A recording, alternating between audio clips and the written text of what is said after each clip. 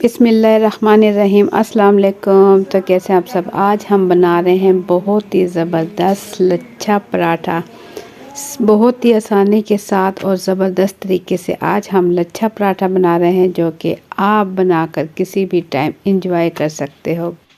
आप इसे बच्चों को लंच में भी दे सकते हो और जब आपका दिल चाहे आप इसे बना सकते हो। बहुत ही कम टाइम में और बहुत ही ज़बरदस्त बनने वाले लच्छा पराठा की रेसिपी शुरू करते हैं। रेसिपी शुरू करने से पहले चैनल पर न्यू है तो सब्सक्राइब कर लें। वीडियो पसंद आए तो एक प्यारा सा लाइक और एक प्यारा सा कमेंट कर दें।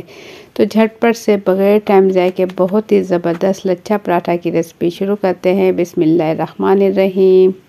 जायकेदार लच्छा पराठा बनाने के लिए यहाँ हम ले लेंगे स्पेशल आटा, ले लेंगे 3 मेजरमेंट कप के हिसाब से ले लें, या आप अपनी मर्ज़ी के मुताबिक जितना चाहे आटा गूंदना चाहे आप ले सकते हो। इसमें मैं 2 चुटकी डाल दूंगी अजवाइन। 3 कप मैंने ले लिया आटा और आधा चाय का 1 चाय का चम्मच नमक शामिल करने के बाद 2 से 3 खाने के चम्मच हम इसमें घी शामिल कर देंगे। उसके बाद इसे हम अच्छा सा आटे में मिक्स करेंगे। पहले इसे आटे में अच्छा सा हाथों से इस तरीके से मिक्स करेंगे ताकि जो है घी जो हमने इसमें और नमक वगैरह डाला है अच्छे से मिक्स हो जाए। अच्छे से मिक्स करने के बाद सर्दी है तो नीम गर्म पानी ले लें। नीम गर्म पानी के साथ गूंदें, आटा नरम और मुलायम गूंदेगा। अगर गर्मियां हैं तो आप सिंपल नॉर्मल पानी से भी आटा गूंद सकते हो। तो थोड़ा थोड़ा पानी डालते हुए इसे हम गूंद लेंगे। ज़्यादा पानी एकदम से नहीं डालेंगे, थोड़ा थोड़ा पानी डालकर आटा गूंदेंगे।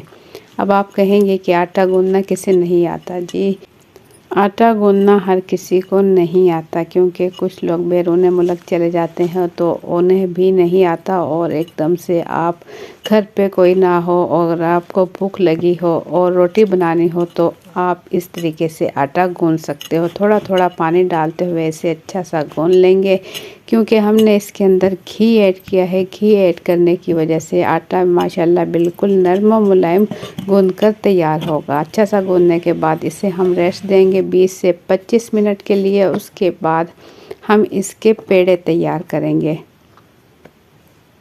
काउंटर पर पहले थोड़ा सा खुश्क आटा डाल लेंगे ताकि ये काउंटर पर भी ना चिपके और हाथों पर भी ना चिपके।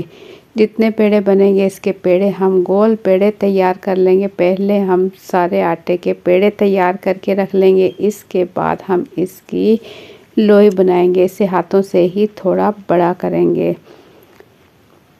तो इसमें माशाल्लाह से तकरीबन 5-6 पराठे तैयार होंगे। तो पेड़े मैं तैयार कर चुकी हूँ। इसके बाद इसकी गोल रोटी बेल लेंगे। बेलन की मदद से गोल रोटी बेल लेंगे। थोड़ी बहुत टेढ़ी मेढ़ी हो तो चलेगा। इसके बाद इस पर लगा देंगे घी। पूरी रोटी पर घी अच्छे से लगा देंगे।